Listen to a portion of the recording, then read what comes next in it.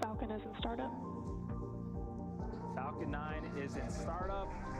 We start to hear some of the cheers here in Hawthorne. The first and second stages are beginning to pressurize for launch.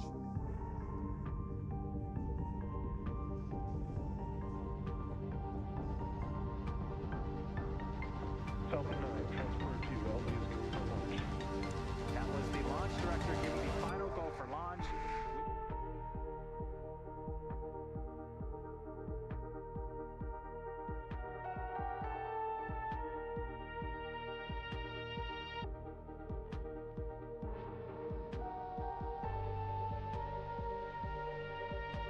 T-minus 15 seconds.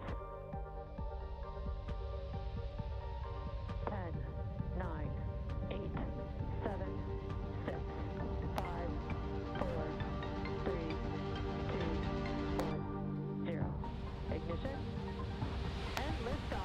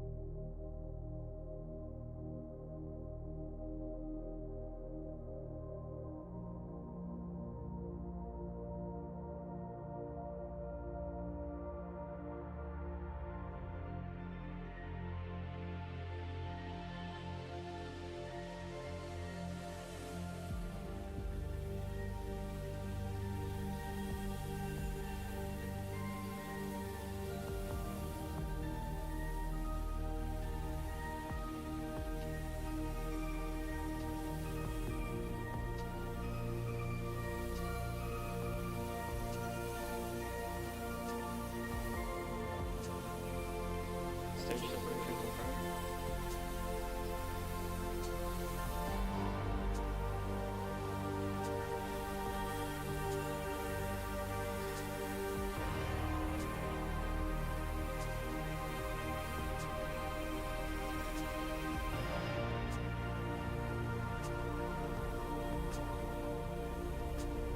1 entry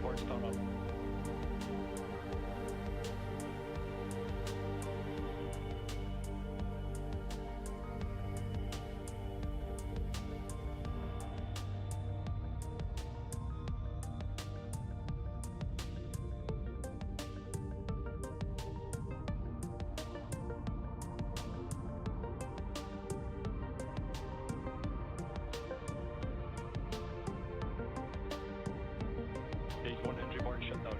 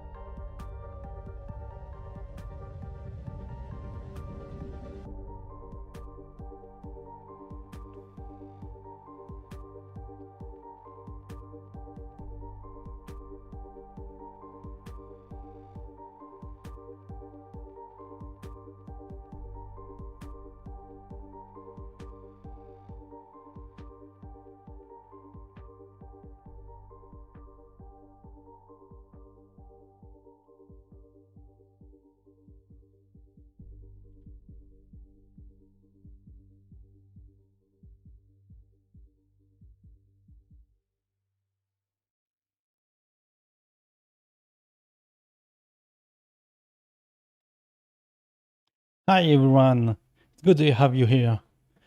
We are here today on August 29th, 2021 to follow the launch of SpaceX Dragon CRS-2 SpX-23 mission.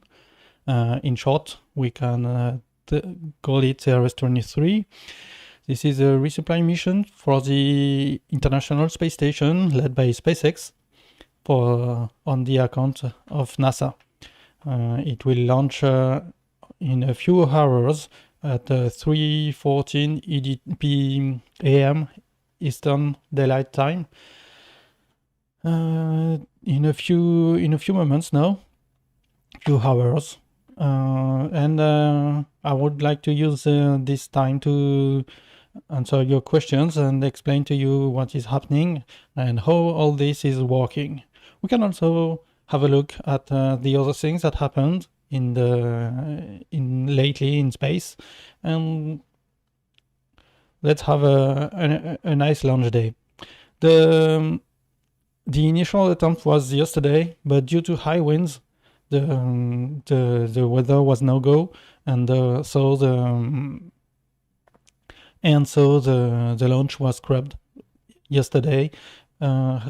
Fortunately, the ISS is circling over constantly, so every day there are multiple launch windows. The launch window could be is instant. The Crew Dragon has to launch at the right time, not a few moments after that. Just at the precise moment, the ISS is circling over at the opposite side of the Earth. This is because if the ISS is not precisely aligned, if the orbit of the ISS is not precisely aligned with the launch pad and the launch trajectory, the Dragon would have to perform a maneuver, and this maneuver would use too much fuel, and the Dragon could not reach the ISS if it was not launched at the precise moment. So we have 1 hour and 11 minutes to go. I hope the countdown I have is accurate enough, and neither the launch live stream of NASA or the one from SpaceX has begun, and I will try to tell you what is happening. So the rocket, of course, is a Falcon 9 rocket, the Block 5 usual rocket. We are pretty used to seeing it lift off from the Kennedy Space Center, the Launch Complex 39A, and it will be recovered on the autonomous spaceport drone chip, a shortfall of Gravitas. And the Dragon, once again, it's a cargo Dragon, no crew on board. Will then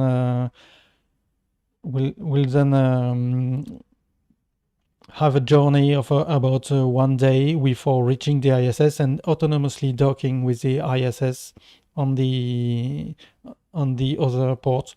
There are two docking ports where the Dragon can dock, and of course there's already one that is currently used by the Crew Dragon with the Crew 2 mission.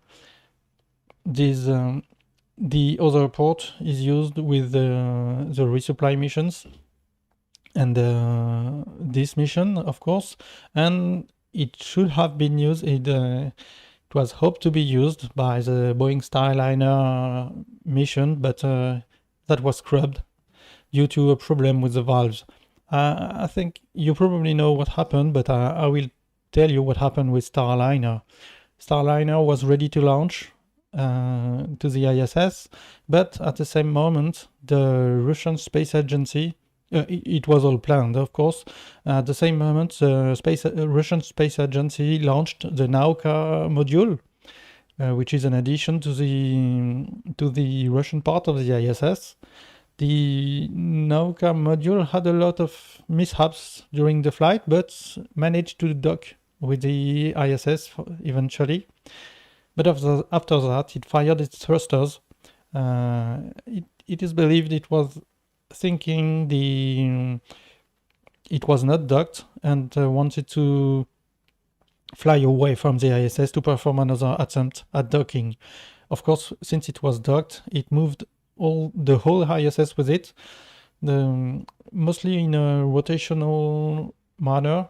The ISS was spinning around, and there are other thrusters that were fired, on the Russian side and also on the Progress, which of course is on the Russian side.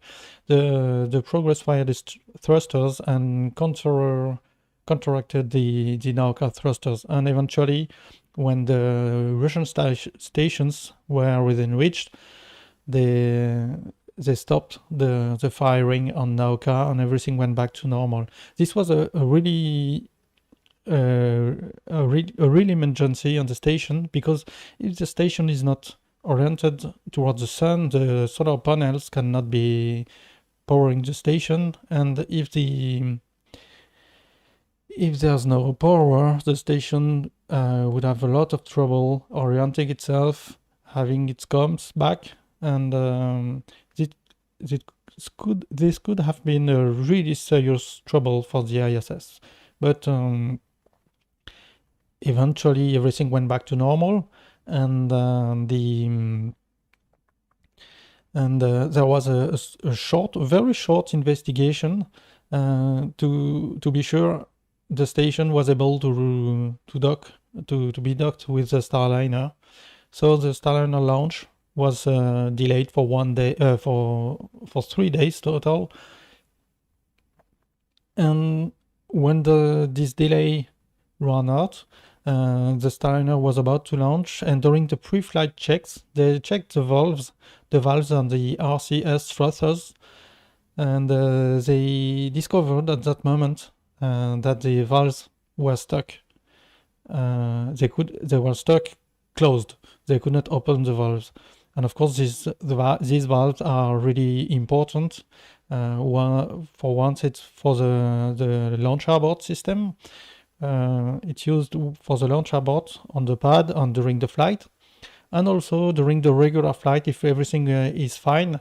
These RCS valves are used to orient the spacecraft towards the sun during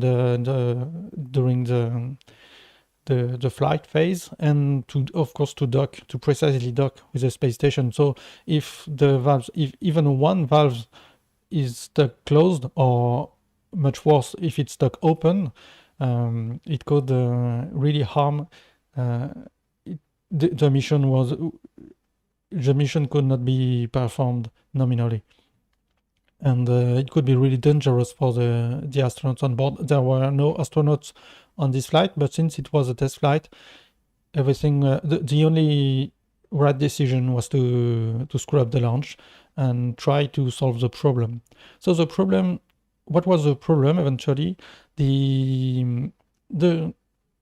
I've made a video about it if you want more details, but to sum it up, the propellant is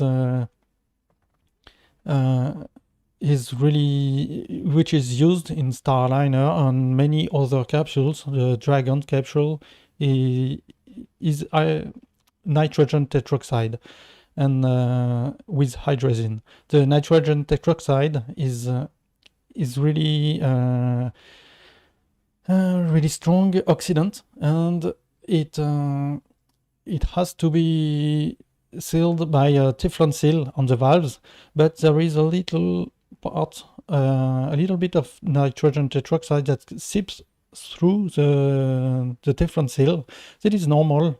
Of course, this is not really normal, but this is expected. Every seal with Teflon has this little sipping, just a few drops of nitrogen tetroxide, and it is well known since the beginning of the use of nitrogen tetroxide. So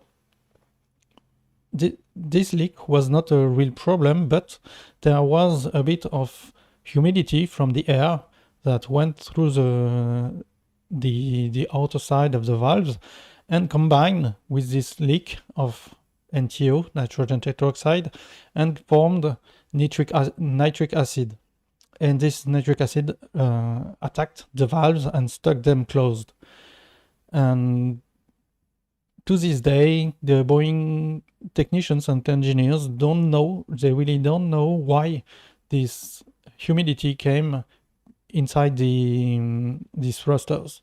Of course, there was a storm going on at the same moment during the 3 days wait, and maybe, probably, I think, the storm is responsible for this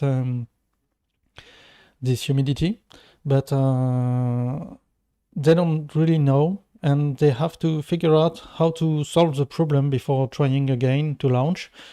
There are two main leads on that.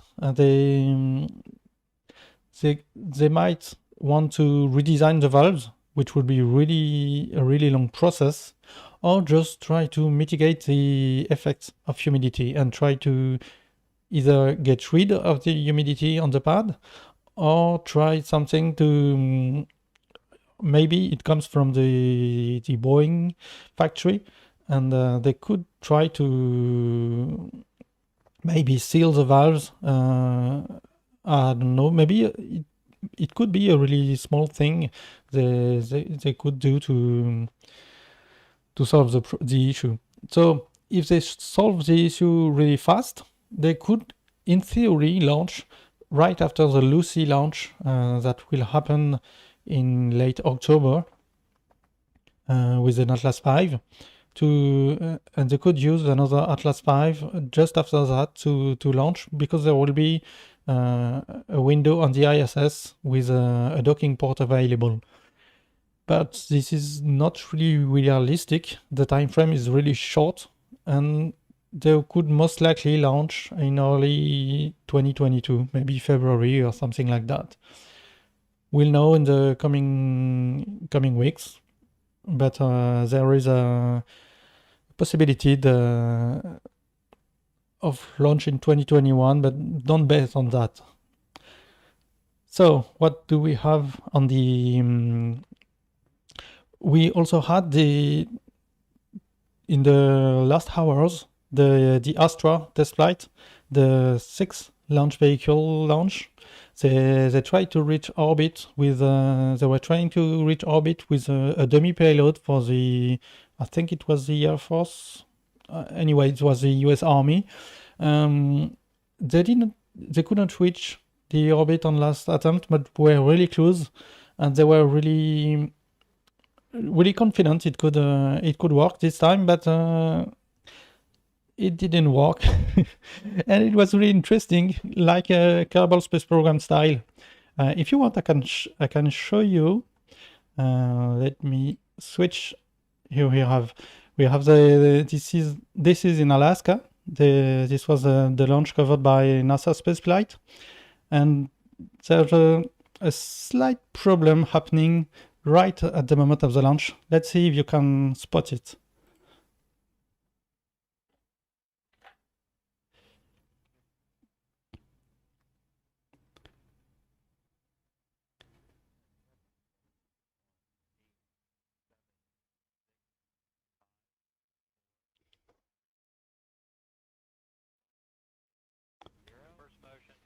First motion.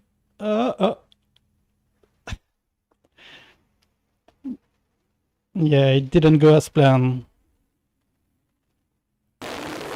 Sorry, I didn't switch the audio.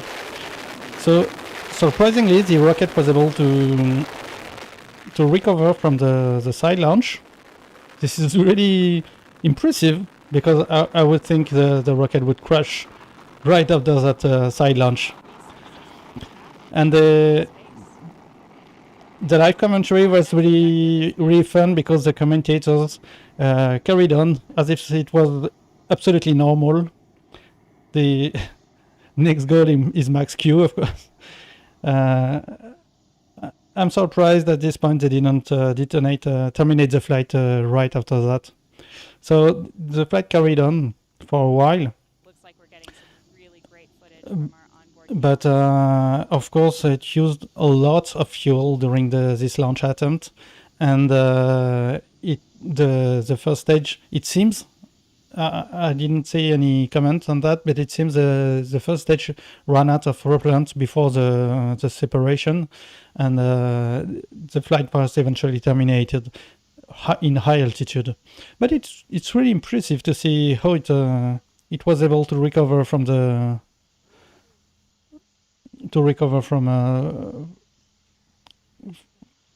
side launch. Let's see it again. This is probably a problem of an umbilical cord that was not properly detached and remained grounded the rocket, preventing it from going upwards. The rocket started to fall on the right of the picture, but it recovered, and that I think that's a really great testimony for the ability of the Astra rocket to steer. 4, 3, 2, 1, ignition, 0. First motion. First motion. Yeah, that's not nominal at all. So that was really fun, not for the Astra engineers, of course, but I like that kind of liftoff. What do you think? I hope the Dragon doesn't do that during the launch, which is in 1 hour. And so finally, the Dragon launch. We have a full Dragon. The Dragon used for this mission, for all the cargo missions, is the exact same one as the cargo used for the crewed missions. The only difference is, of course, they remove everything that is crew related. That means the seats, of course, the toilets, and probably a part of the life support system, but not all. Maybe I don't know if they remove it all or just I don't know if they remove it all or if they scale it down, because they have to maintain the atmospheric pressure and the oxygen. Sometimes they have live payloads on board, like mice or animals like that, and so they have approximately 2.2 tons of cargo. That's 4,800 pounds of cargo, and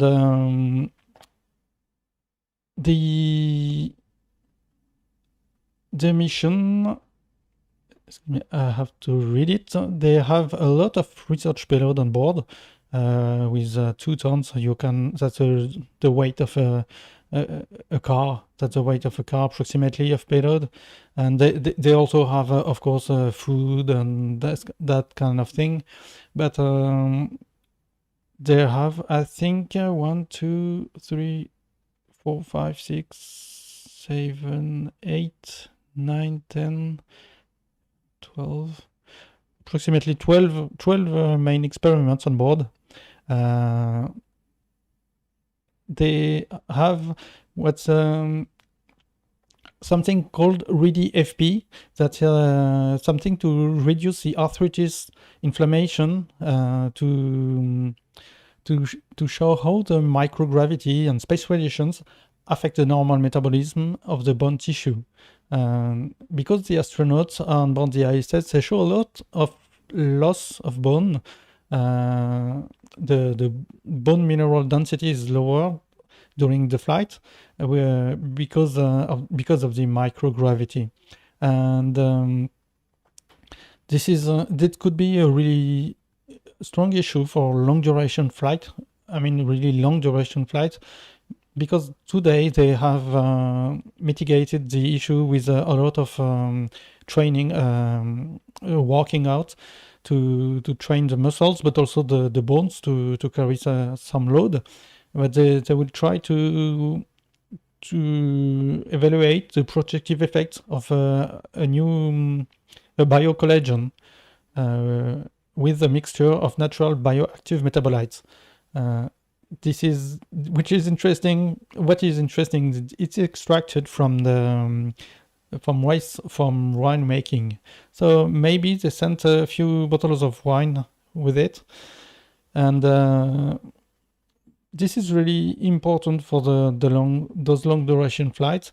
To be sure, even if the astronauts cannot perform their workouts, maybe if they are injured or something, they could have mitigating measures to prevent the bone loss and the problems. And even with the workout, when during the really long duration flights, the bone loss is still really important, and the astronauts have a lot of trouble when they come back to Earth. So for a flight to Mars, there could be a problem with that. The workout doesn't solve everything. It solves a lot, but it's not everything. Another study which is interesting is the DLR EAC. This is a retinal diagnostics study. This is a small contraption that is used to provide medical retinal. So for the eye, retinal imaging device. This is a retinal imaging device for a daily use. This is for the problems that are encountered by the ISS astronauts. They have a common problem, which is called the space-associated neuroocular syndrome, and they have a problem, a vision problem. I don't know much about that, but this tool could be used to help diagnose the problem. Because of course, when they come back to Earth with the regular diagnosis tools, the problem is long gone. So they will clip. This is a small device that is clipped onto an iPad on the ISS. They have iPads, and they could take video images of each other's retinas, and send it back down to Earth. There's also a video made by the astronauts on board the ISS about I think two of the experiments. Let's watch that. They are much better than me at speaking English. Hello and welcome aboard the International Space Station. I'm NASA astronaut Megan MacArthur along with my crewmate Shane Kimbrough. We are getting ready for the SpaceX-23 cargo mission coming up soon, and we're very excited. It's going to be keeping us pretty busy. Hey Megan, let's go show them around the space station a little bit, and we'll show you where some of these experiments are going to be done. Welcome to the European module called Columbus. This is where a lot of the SpaceX-23 experiments are going to hang out. One of those is called Apex 8, which is going to study the response to stressors at the genetic level of plants. Now they're going to be really small plants in petri dishes that we're going to eventually put into this facility here that's called Veggie. It's a veggie plant growth facility. On my last flight, I got to grow lettuce in here, and we got to actually harvest that and eat it. So that's pretty cool. That is One of the things really cool to learn how to engineer plants to grow your own better plants gravity. in orbit. What we learn from that will be able to help us in the future in space travel, but also help people on Earth grow things better. This isn't the only facility we have on the International Space Station to grow things. We have an advanced plant habitat, and currently we're growing chili peppers in there, which we hope to harvest towards the end of our mission. So now we're in the U.S. laboratory, which is called Destiny, and this is one of our main areas for conducting science on the International Space Station. One of the things that makes the International Space Station such a versatile research lab are the express racks. There's a couple of them right here over my head, and the cool thing about these is that it allows different researchers from around the world to send up their own payload, and the express rack provides the power and data, cooling, whatever that particular payload needs. One of the new facilities that will be coming up on SpaceX-23 cargo mission is called the Faraday Research Facility, and it's able to house 4 different experiments at once. 3 of them will house small organisms. The 4th experiment will be a medical experiment to look at remote-controlled delivery of medication. So that will be an interesting technology demonstration as well, and we'll be able to install that facility into one of our express racks here in the laboratory. So those express racks are really nice invention, because of course this is completely standardized. This helps the researchers on Earth to provide an experiment that is just plug and play if you want. Of course, lots of them have to be hands-on experiments, so the experiments themselves have to be done by the astronauts, but they don't have to bother plugging everything and making sure everything works. Of course, so they just plug the rack and here it starts. There is the Maleth mission. This is the first Maltese mission from Malta. This is in cooperation with Belgium to study the hematology, the blood-related issues, to study samples from type 2 diabetic patients and with diabetic foot ulcers resistant to treatment. They aim at finding a number of biomarkers of this disease, which could give rise to molecular therapy and precision-based medicine.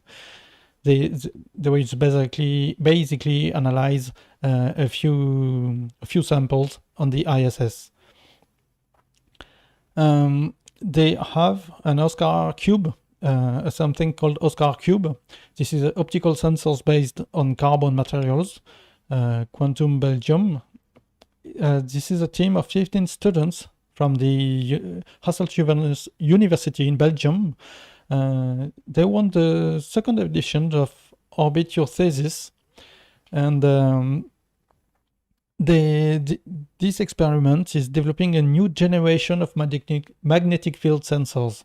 The core sensors, it consists of a single crystal diamond that contains a defect, and the defect can be used as a magnetic field probe to have a really high sensitivity to the changes in the magnetic field.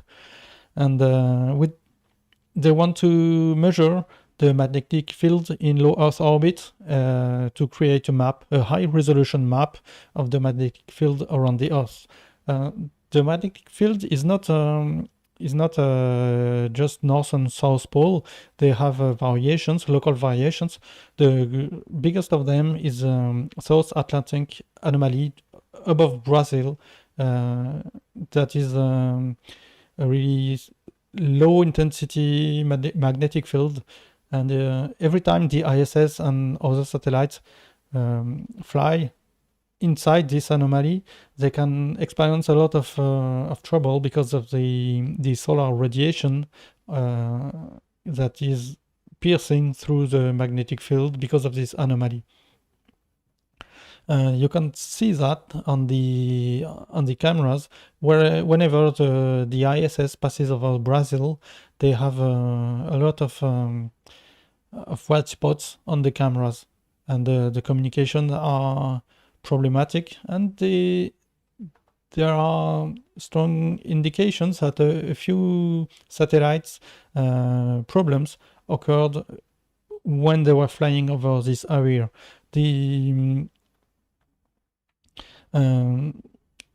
This can provoke a few shortcuts and small lightning between pieces that could fry the electronics, but also weld the pieces together with a micro weld.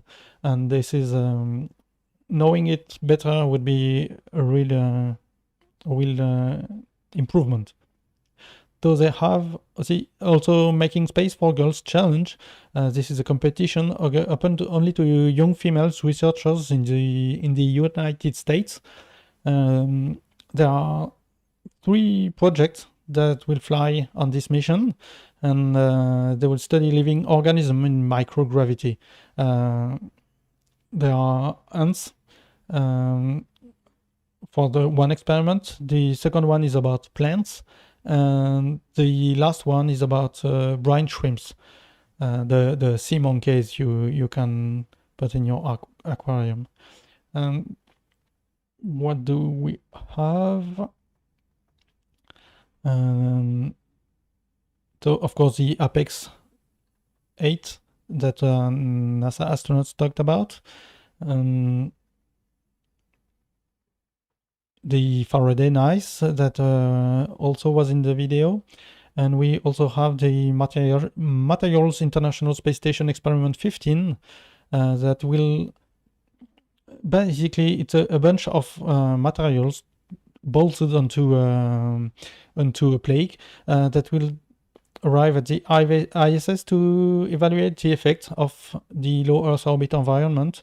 They will strap these materials outside the ISS to see how it withstands the effect of the harsh environment. There are a few metals, a few polymer materials, thin film solar cells, which is really important to know. A thin film solar cell can be really interesting for probes because it's very lightweight, but also because it's really thin, it can wear out really fast. This might not be the right solution in that case. So they will try a few materials on a few samples, and this will be really interesting for the use of these materials in future missions. And there is also a second robotic arm to be delivered this year to the ISS. The first one was the European robotic arm that was docked with the Nauka Russian module. And this one is a Japanese robotic arm that will be on the inside the Bishop airlock. It will operate the tools and switches, and it will also run scientific experiments. The Bishop airlock, it was launched on a previous mission with a Dragon cargo inside the trunk at the back, the unpressurized trunk, and it is basically on one side it has a common berthing mechanism, a docking port that is used for the regular ISS modules, and so it's docked on some ISS modules. And when it's docked, the astronauts on the ISS can access the inside, and it's really short, has no exit, and so the astronauts, they install a few microsatellites, a few experiments inside this airlock. Then they close the doors and undock the airlock with the Canadarm, the Canada robotic arm, and expose the outside.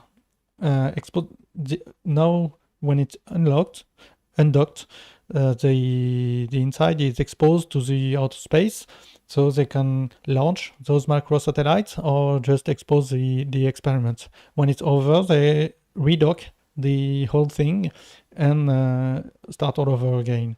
So this small robotic arm will be inside the airlock and will help when it is exposed to space, will help to operate switches and move some experiments around without having the astronauts outside doing an EVA. Speaking of CubeSats, they will have 3 CubeSats designed by the University of Illinois, the University of Massachusetts, and Inter-American University of Puerto Rico. This is the Elena 37 CubeSats. This is an initiative proposed by NASA, and the goal is to collaborate with universities across the US to design, manufacture, and launch research satellites into space. So this will be a way for these students to access space and launch students and researchers to launch satellites at an interesting price, because NASA is paying for the launch. So I think this is approximately what there is on board. Most of these things are inside the capsule, the same capsule again that is used with the astronauts, and some parts as the robotic arm, probably, and the CubeSats could be. I think they are inside the pressurized area, but they could be outside too. That is a really strong strong capability of the Dragon capsule. It has a really large trunk and a real capacity of carrying heavy payload on the back. Of course, exposed to space, but this is not possible with Progress. This is not possible with Starliner.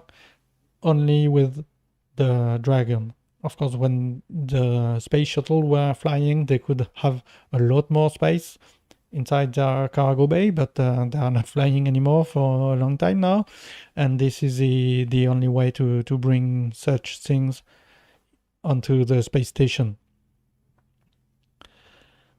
So, do we have? Let me check if the NASA stream hasn't begun yet. SpaceX stream will start in half an hour, and NASA in about less than 10 minutes. But I think they will do approximately the same as me, just talk about the launch and the launch profile. So this is a CRS mission, which is a commercial resupply service that was performed initially with the Dragon 1 spacecraft. The Dragon 1 was not crewed, but it has approximately the same form factor and had the same characteristics approximately. There was a part on front which was pressurized, and which had capabilities to orient itself and return back to Earth, and a trunk at the rear which could carry a lot of large bulky payloads. So the interesting thing with the Crew Dragon is that it can dock autonomously, which is a real upgrade from the berthing which had to be performed by an astronaut catching the spacecraft with the Canadarm and berthing it onto the ISS. The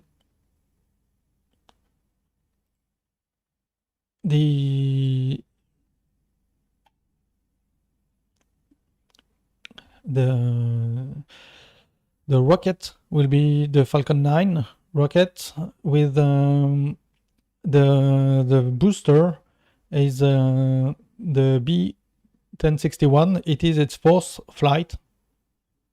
The fourth flight of this booster, and this is really cool that NASA has allowed SpaceX to reuse boosters. because they can lower the price of these launches, and this is more money that goes into Starship, which is always really cool. The ISS is approximately orbiting the Earth at 400 kilometers altitude with a 51.66 inclination. So the spacecraft will have to launch at the same inclination, of course, to reach the orbit, but basically the orbit of the ISS is fixed in the solar system. It doesn't turn around relative to the sun, and of course the launch site is turning with the launch site is turning with the rotation of the Earth. So they have to align the position of the launch site with the orbit plane of the ISS, which is just basically wait for that to happen. And right when it happened, right when the orbit plane of the ISS crosses the position of the launch pad 39A in Florida, they will launch at the precise moment. I think we have a new subscriber. Thank you, Aaronak 2005. Welcome aboard. Shout out to you. And once it's launched, once the rocket is launched, the Dragon spacecraft will be on the same plane, and it will not rotate with the rotation of the Earth anymore. So this will once it's launched, it can wait for a bit before reaching the ISS. Of course, because the Earth is not completely round, there is something called the precession of the ascending node or descending node. It's the same, because the Earth is not round. Every orbit moves a little with each revolution, and the closer the orbit is from the ground, the bigger the effect. So if the Dragon stays too long in orbit, on the low Earth orbit, it will start to move relative to that ISS plane. Because the ISS being higher, it will move slower. This precession will be weaker. But this is not a really important effect for such altitude difference. This is much more important when you speak about for Starlink, for instance, because they get a bit higher at 500 kilometers, and when they orbit at 200 kilometers, the precession is important, is strong, but when they go higher, the precession is weaker. So they use that to move the orbit planes of the satellites, to not have all of the 60 satellites launched in one go on the same plane, by moving up or down a little with the thrusters. But with the Dragon and the ISS, in one day, the precession is not really important. Of course, they take that into account when deciding when to launch, but it's not a really strong factor. It was important for the Nauka module, the Russian Nauka module, because it has these problems. Right after launch, the Russian Space Agency couldn't manage to fire the thrusters. They had no control over the Nauka module, and the Nauka module was orbiting in really low orbit, and there were two problems. One, because the orbit was really low, there was a little bit of atmosphere drag that would make the module slow down little by little, and eventually it would have quite quickly re-entered the atmosphere, maybe a month after the launch. But there was another problem that was much more pressing. The problem is that the Nauka module was drifting because of this precession of the ascending node. It was drifting from that plane. It was launched on the same plane as the ISS, but since it was stuck in low Earth orbit, it was moving relative to this plane. And if they had waited too long to fire the thrusters, it could have slipped completely out of plane from the ISS. If that had that happened, they couldn't have fired the thrusters to correct the trajectory and move it back to the ISS plane, because they had not enough fuel, just to say it simplistically. SpaceX's Falcon 9 rocket and The- cargo Dragon the- here at pad 39A at Kennedy Space Center. Yesterday's launch was This is NASA's stream. I think I will lower the sound. Currently, take a look at it there. 80% go, up from This is 40% not look yesterday, and fueling began a couple of minutes 18% go. This is cool. Good morning, everyone, and thank you for joining us. I'm Megan Cruz with NASA Communications. We will be live with SpaceX at the top of the hour, but first, here's a preview of some of the science that will be flying today. I think this is the same thing that I showed you. First, let's chat with some Girl Scouts Oh, who no. are sending brine shrimp and ants to space. Evie and Marie, thank you so much for joining us. So we're sending brine shrimp, we're sending ants, and we're sending plants, correct? And 11 girls inspired these experiments. Yes, so there are a total of 3 projects going into the space from the Making Space for Girls program. This is always cool to have Going kids up, it was involved a girl in who space. really just wanted to see how they move, Of course, how they girls, but act boys too. differently. This is, I think this is really cool to have such programs. Peppers going up in our plants section, and then of course we have the brine shrimp going up. Evie, you're the one who's sending brine shrimp into space, and I can see that you brought some with you. Yep. Why brine shrimp? Because, well, we wanted to send actual shrimp, but they're kind of big, and we had size constraints. So these are the brine shrimp.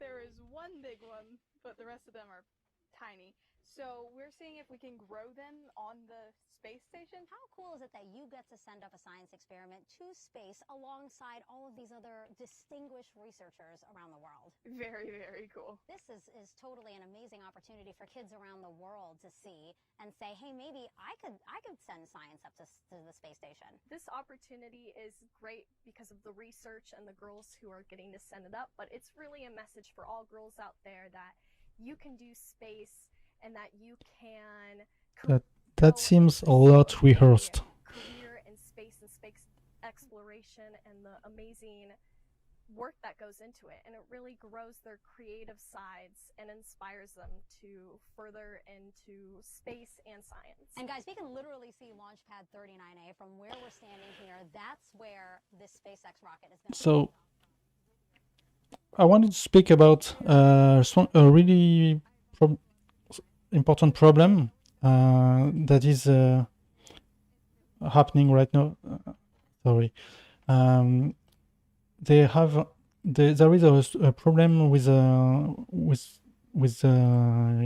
consumables currently. With they had a problem. The ULA rockets have a lot of problems. I found a tweet from Eric Berger on. Let me show you that. It says, first LOX, no liquid nitrogen. Try to make it bigger.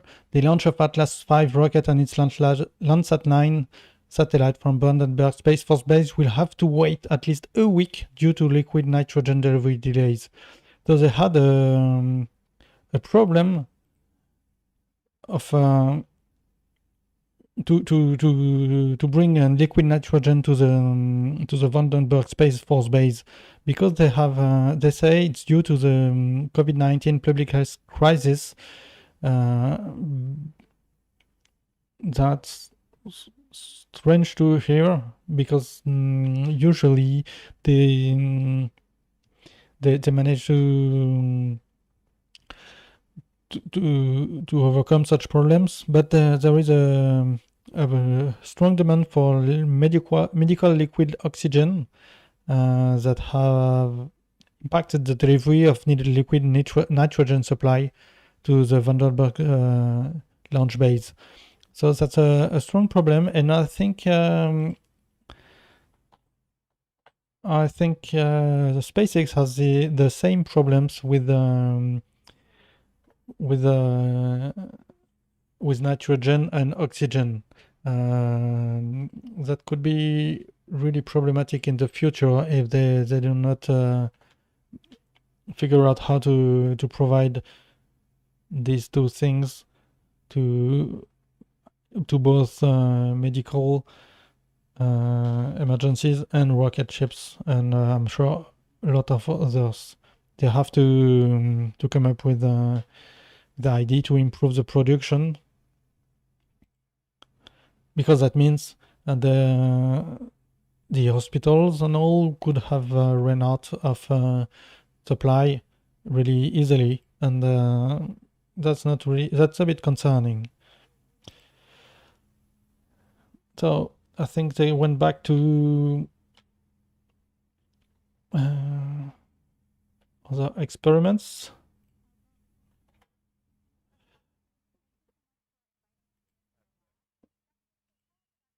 What is it that you're trying to study? It's very simple. This experiment is aimed at understanding whether the presence of special metabolites extracted from grapes may help bone cells to survive better when exposed to microgravity. You know indeed that not only humans but also crew are exposed to many diseases, and one of these is the osteoporosis. When crew are exposed to microgravity for a long time, their bone loses minerals. Yeah, the mixture that you're studying is metabolites from grapes used to make wine, and also collagen. Yes, and also collagen. There are two twin lines that our colleagues from the Department of Biology are now preparing. They are fixing the cells on these substrates. There are two twin lines, one only with collagen, which is the normal nutrient for cells, and the other, there is this special metabolite, the extract of grapes, resveratrol is the name, the chemical name, that on ground has been tested successfully. It helps bone cells to survive better. So they have the cells are going to go here, this is going to go up to the space station. Yeah, again, indeed. Explain why this experiment has to happen on the International Space Station. So this experiment must be run in the absence of gravity on the International Space Station, just to verify whether the presence of resveratrol may help the bone cells to survive for a long time. Okay, perfect. Well, Dr. Peluso, thank you so much, and I can't wait to see what you guys discover. Everything's just so interesting, and that's actually just a fraction of the research going up. There is plenty more experiments. So let's read. I think everything is going fine for now with the launch. They will start the SpaceX stream in 6 minutes now, and I wanted to use this moment to thank you all, because the channel is finally starting to take some momentum. The view count has skyrocketed. I mean, from my perspective, which is coming from 100 to 600 views to now one of my latest videos is above 3,000 views.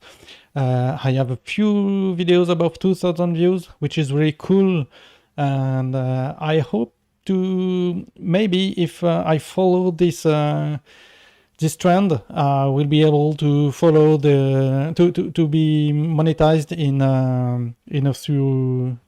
3 to 4 weeks which could be really nice, because I want to improve enough to be able to live from my YouTube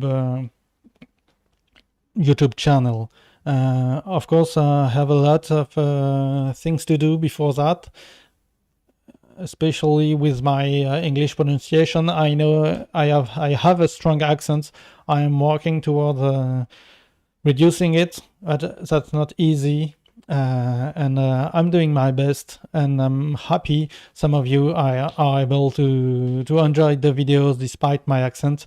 And again, it's really heartwarming to see all that views on my videos, all that comments, all the people that are subscribing. I like that, and I wanted to thank you all for that. That's really cool. So we have the rocket before us. It's still dark over there. Where am I? Well, right where I live. The sun has risen almost an hour ago. That's really nice. That's something for the flat earther. Explain that. That's really nice view to see with all the vapor. This is the rocket is currently filled with liquid oxygen and kerosene. RP1. RP1 is refined kerosene.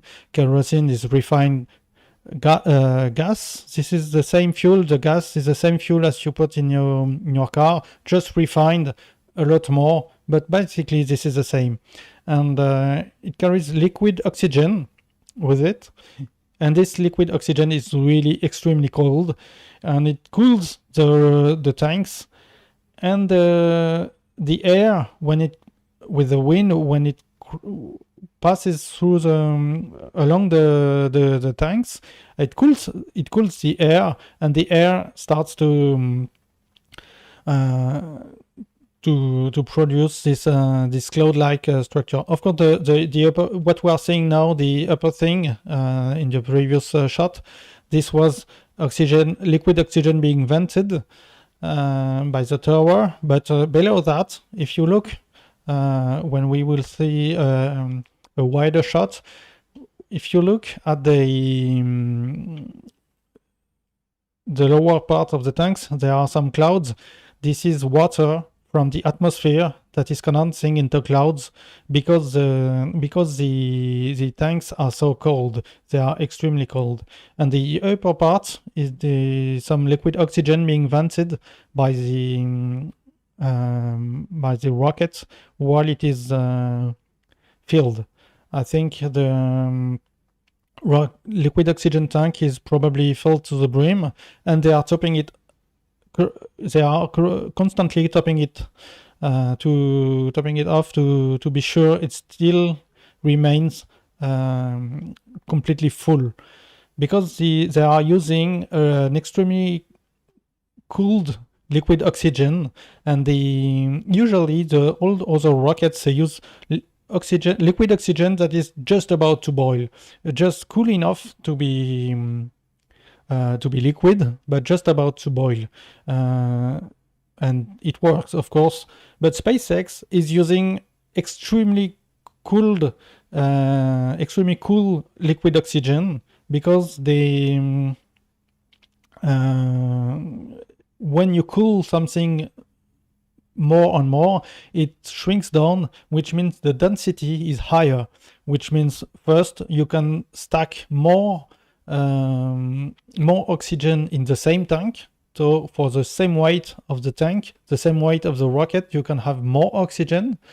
And second, the same pipes are now carrying more oxygen per second than before. So it's a double win on the rocket side. Of course, on the stage 0 side, which means the launch infrastructure, this is extra complex, because they have to really cool down the liquid oxygen a few steps farther to be able to provide that.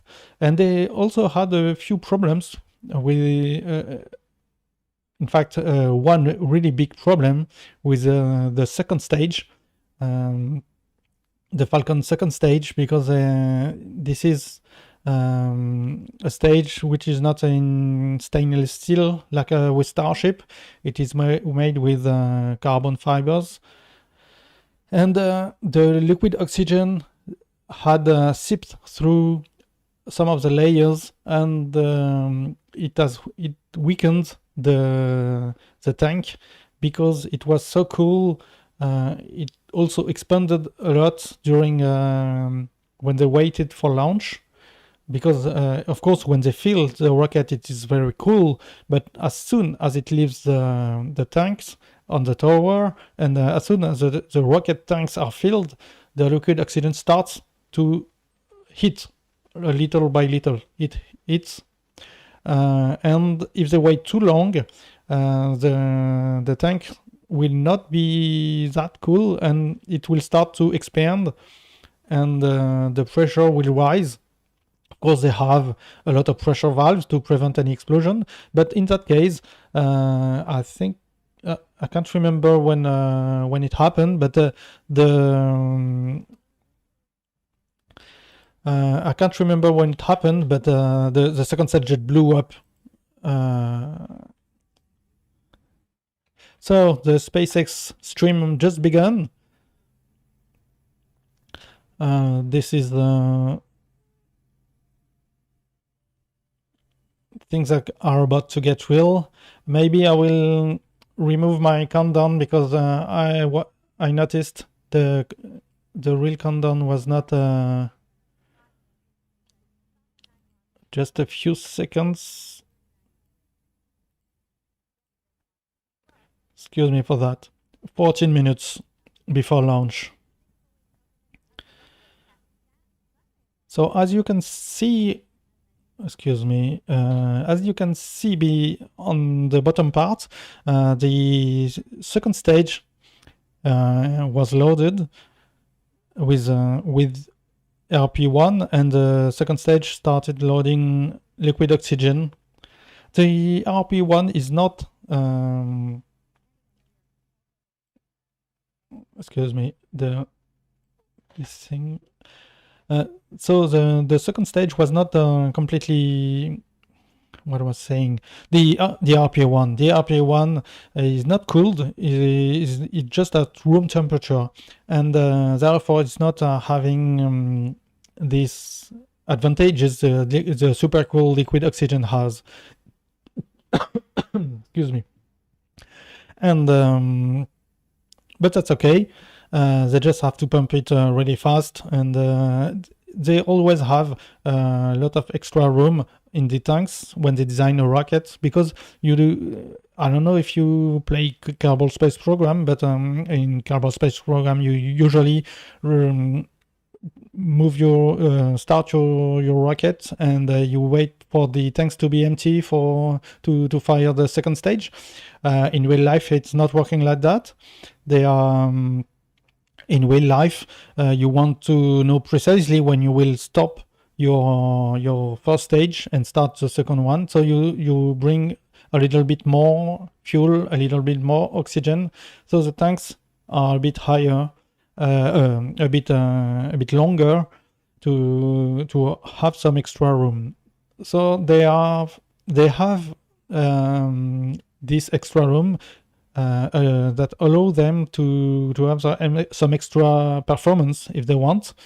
And Elon Musk said recently that when the Falcon 9 first stage lands, it still has a ton of fuel, which is a lot, of course. They cannot land with zero fuel because they would crash, or at least every other time they would crash. But using this fuel, they could save a ton of weight, which could be an extra ton in orbit, probably even 2 tons in orbit, because on the first stage, this is backwards, probably only half a ton in orbit, with reducing the weight of the first stage of 1 ton, but that's still a lot of wiggle room for improvements to be made.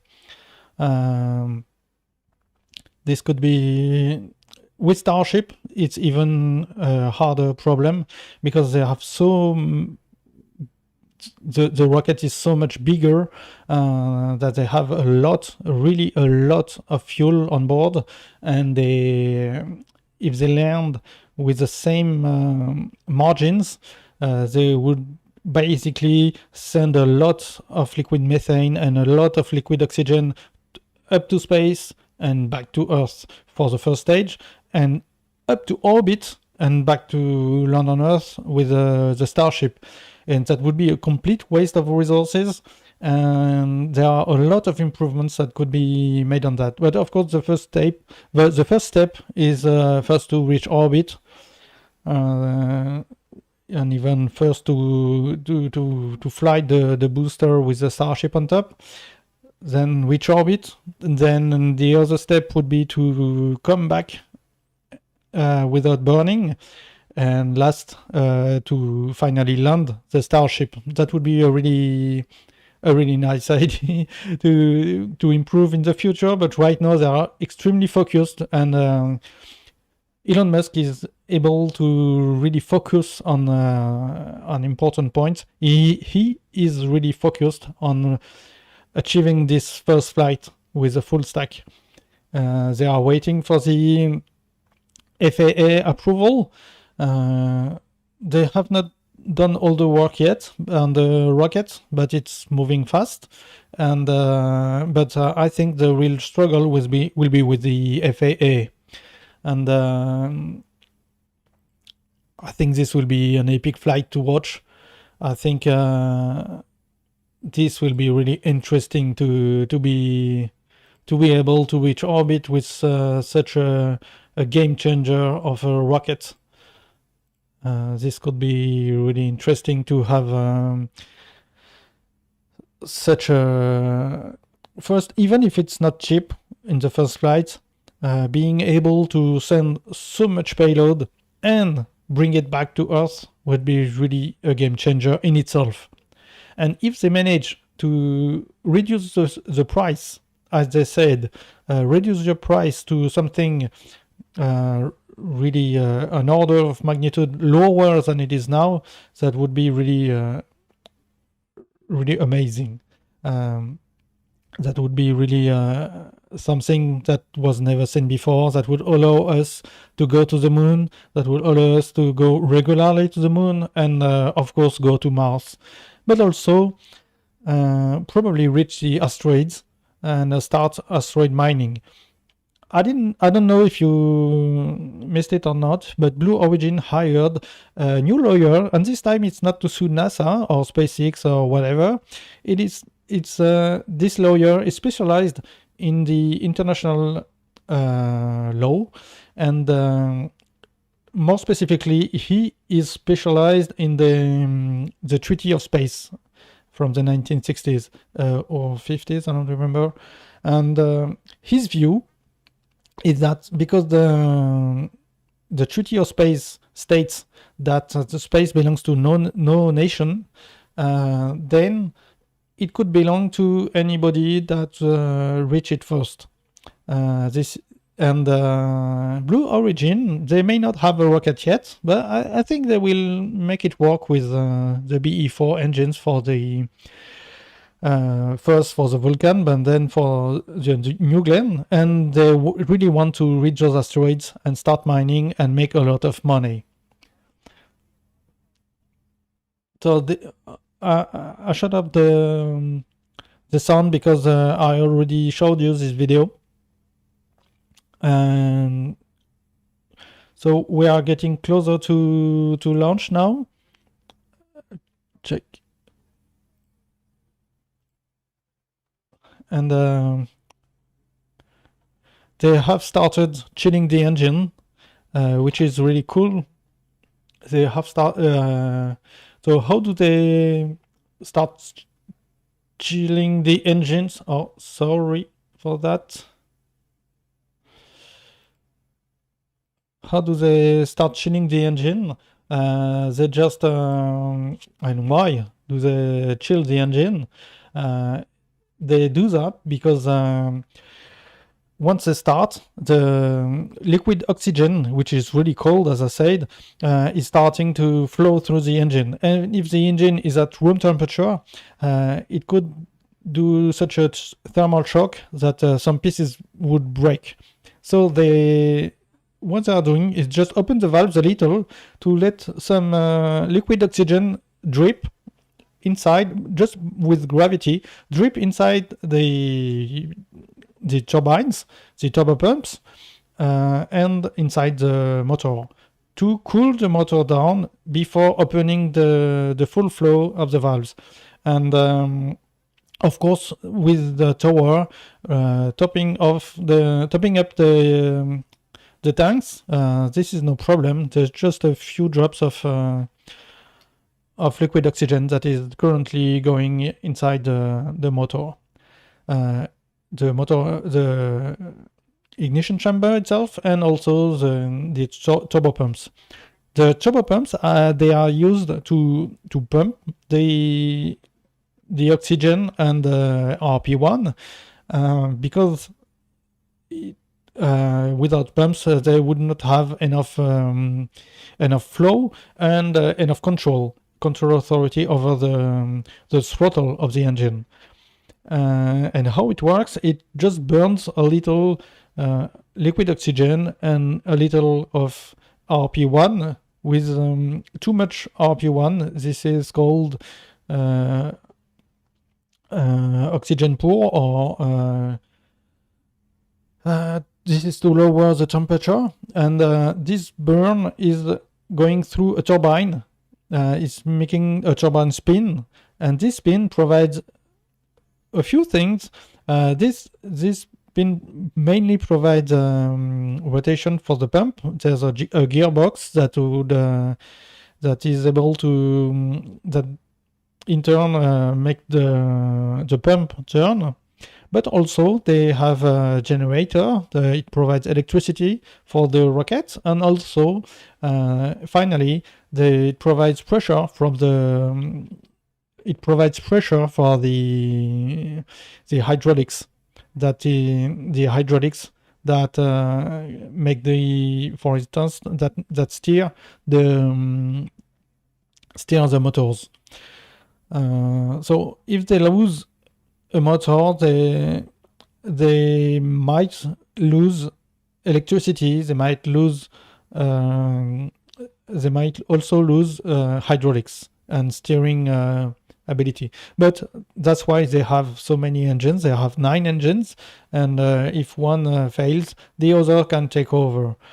Provide, of course, if it's a center one, it will have a lot of trouble for landing. But if it's just one on the outer ring, it could manage, and it in the past it managed to reach orbit with a malfunctioning engine. So we are finally coming to launch in 2.5 minutes. So the strong back retract that we see on it's just the arm that is on the left of the rocket, that is holding the rocket before the launch, to be sure there is the rocket doesn't fall over, doesn't tip over, and to be sure the rocket is stable. But now just of course it has to release the rocket before launch, and to do that there is a clamp on the upper part that releases the rocket.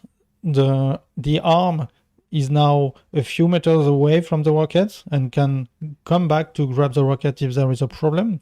But just before launch, it will tip a lot more.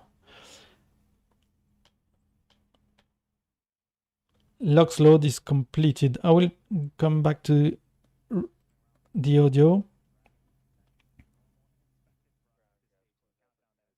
Liquid oxygen starting to condense as it reaches the warmer ambient air temperatures. What a nice view of the Dragon spacecraft I think it's really Through the rest of the countdown, we're going to hear a few a nice, but by and large, design. and walk through It looks really cool. Excuse me, as Dragon finalizes its 1 minute, the rocket is now in startup mode, which means the computers of the rocket have no full authority to abort or to continue with the launch. Of course, the flight controllers can send a command to abort, but it will be processed by the Falcon 9 computers. There are no Super Draco thrusters to make a pad abort because there are no astronauts on board.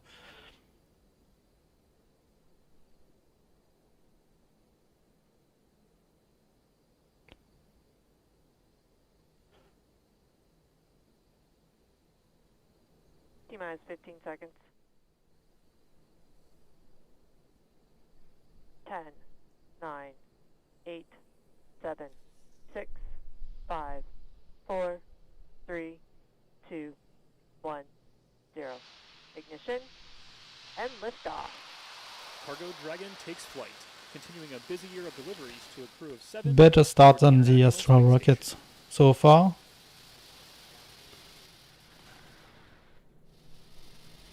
Stage 1 chamber pressure is nominal. I think you heard it. Everything is okay.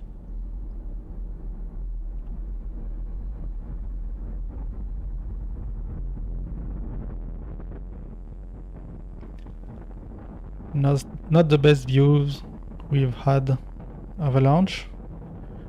That's due to the atmospheric conditions.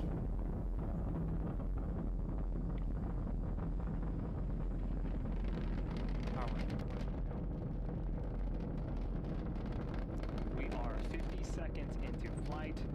Falcon 9 has cleared the tower and is currently headed to space. In about 15 seconds here, we're coming up on max Q. This is where the vehicle will experience the highest amount of aerodynamic pressures.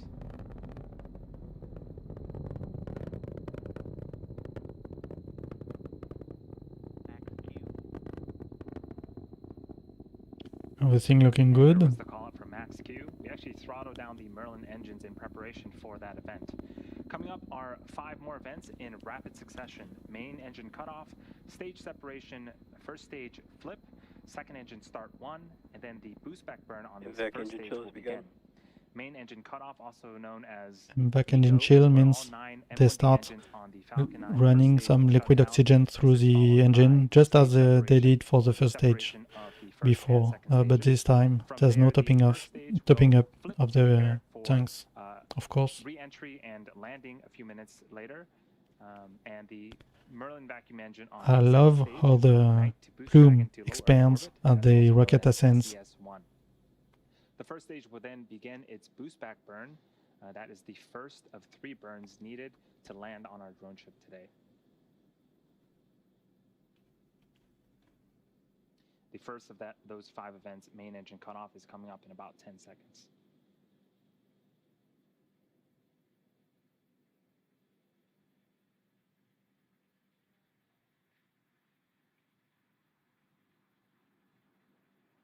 Main engine cutoff. Stage separation confirmed.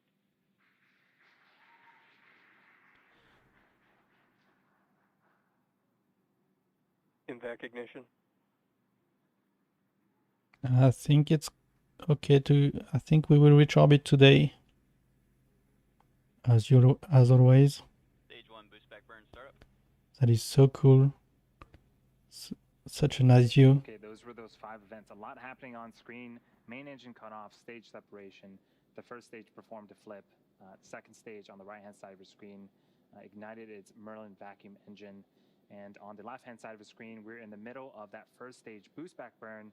Looks like we are getting some really cool views Stage 1 of boost the back shutdown. contrails being produced by the first stage. And that was the call out for the successful completion of our first of 3 burns on the first stage. So if you're just joining us, you're watching a live webcast of the 23rd commercial resupply mission. This is so cool. I think the second stage will soon have This is the cargo configuration of our have some Dragon sunlight. spacecraft. Acquisition of signal Bermuda. They are going mostly upwards, You might be interested to know, in northwards, order to get into space, northeast, the rocket has of to do course. more than just go up. It actually has to go sideways, really, really fast.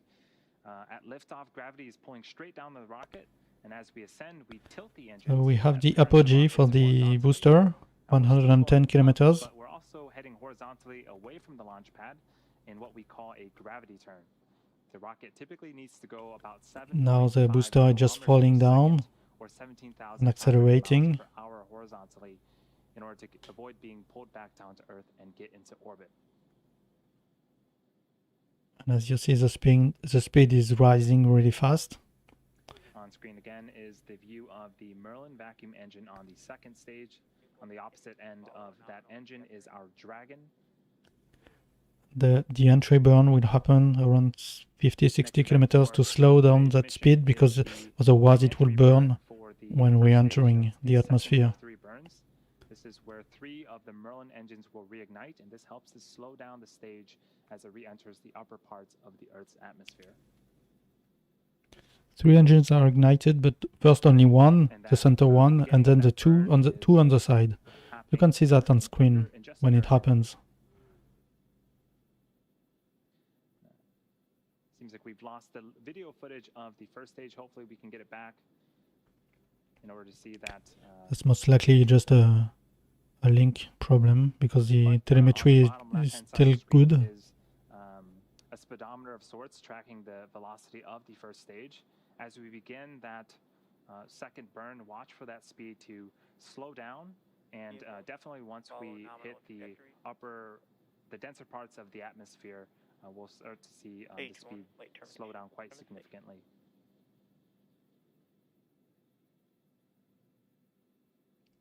Now at 50 kilometers, it will ignite. Stage 1, entry burn startup. Cool. Still there. And there is the beginning of the entry burn. Speed is going down really, really fast. Currently slowing down the Stage 1, entry burn shutdown. It just went down to the same speed it had at apogee. Awesome. That is the successful completion of the second burn. We are about 60 The speed is still going down because of atmospheric pressure, atmospheric drag. Into perspective, the deceleration in the span of Of course, at 17 kilometers, it's not slowing down really fast, but at the end, it will really, really slow down fast, much faster than with the rocket burn, the entry burn. And again, this is our brand new drone ship, a shortfall of Gravitas. This is going to be the first time that we are making a landing attempt on it, and it's currently perched out in the Atlantic Ocean, waiting for that first stage booster to return to it. The view we had previously was not engaging. Stage 1, landing burn startup.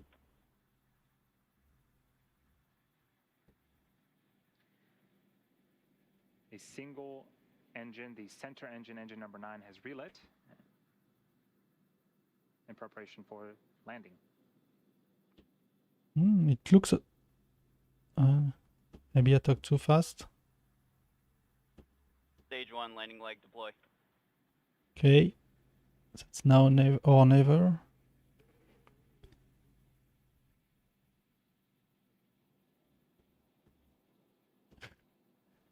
Sea of pixels. Stage 1, landing confirmed. Yes. What a nice view. 90th successful landing for an orbital class rocket, and the very first for our new drone ship, a shortfall of Gravitas. That is a beautiful thing to see. When they say an orbital class rocket, it's a direct reference to New Shepard from Blue Origin, which lands regularly, but of course not at the same speed. I don't know if you noticed, but I'll say that in a few moments after Seiko, second engine cutoff.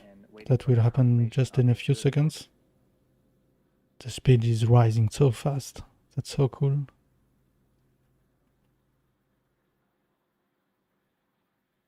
Seiko.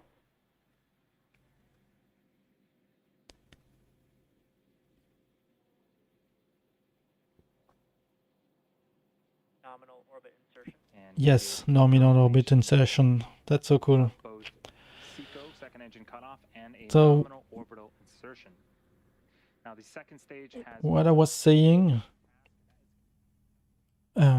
just lower the sound of the stream. What I was saying, the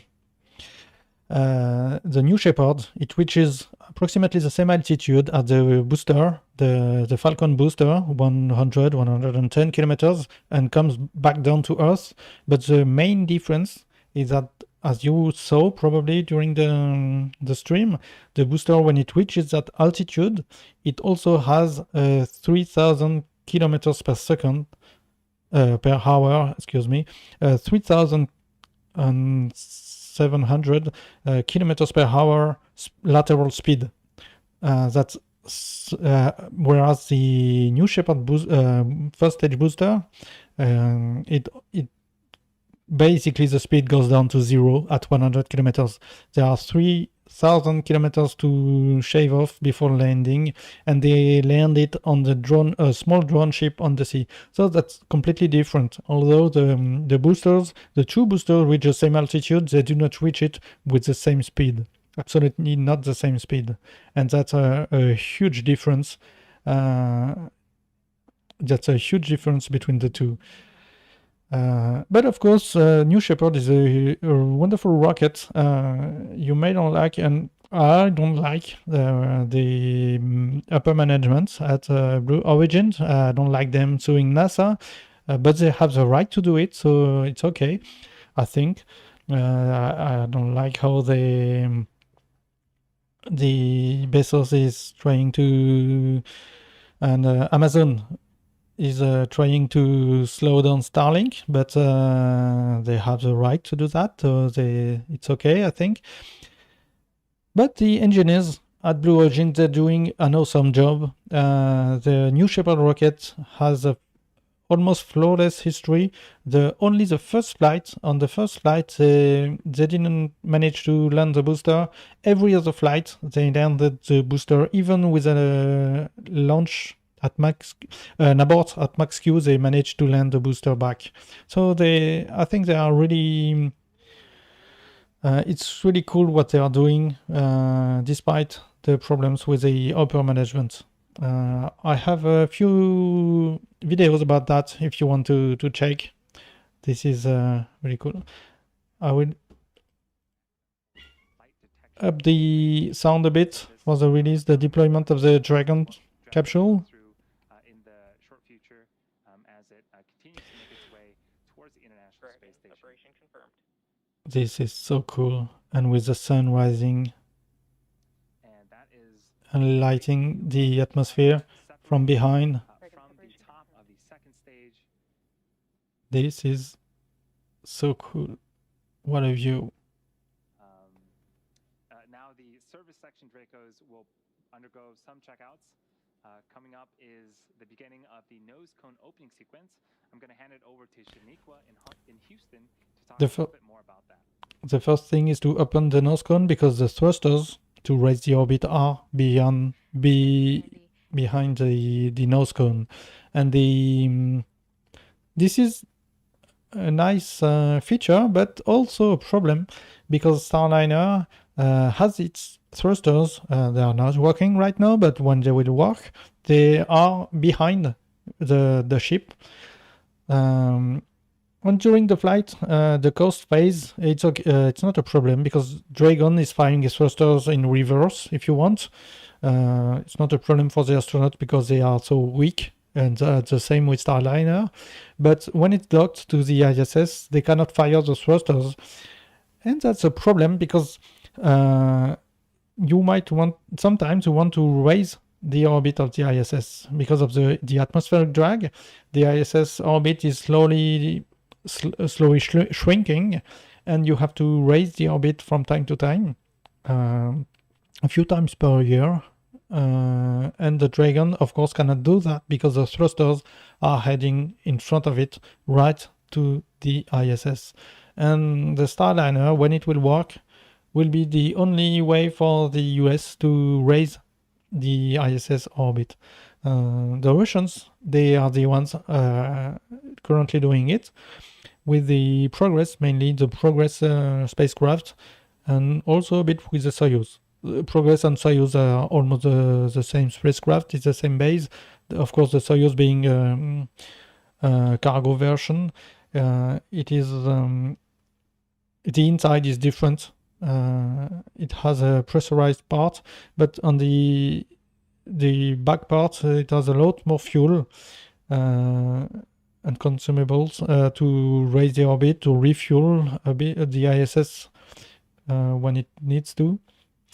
But since the retirement of the space shuttles, the US cannot raise the ISS orbit.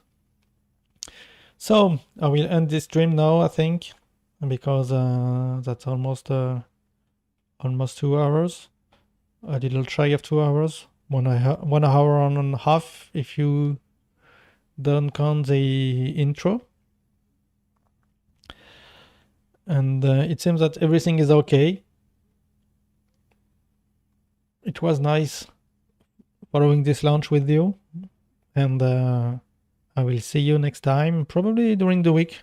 Just watch out for my my tweets if you want to know why I stream. There are a few interesting launches during the week. I can review that with you if you want. What have we got? We have of course we have the Electron launch. Love at first insight. This is the interesting launch coming up for the a return to launch for Electron rocket. This will happen. When will it happen? When will it happen? Tuesday, which will be during the night for me. I don't know if I will stream, but maybe. Then we have Firefly Aerospace first launch. That would be really interesting. And this is will be Friday during the night still.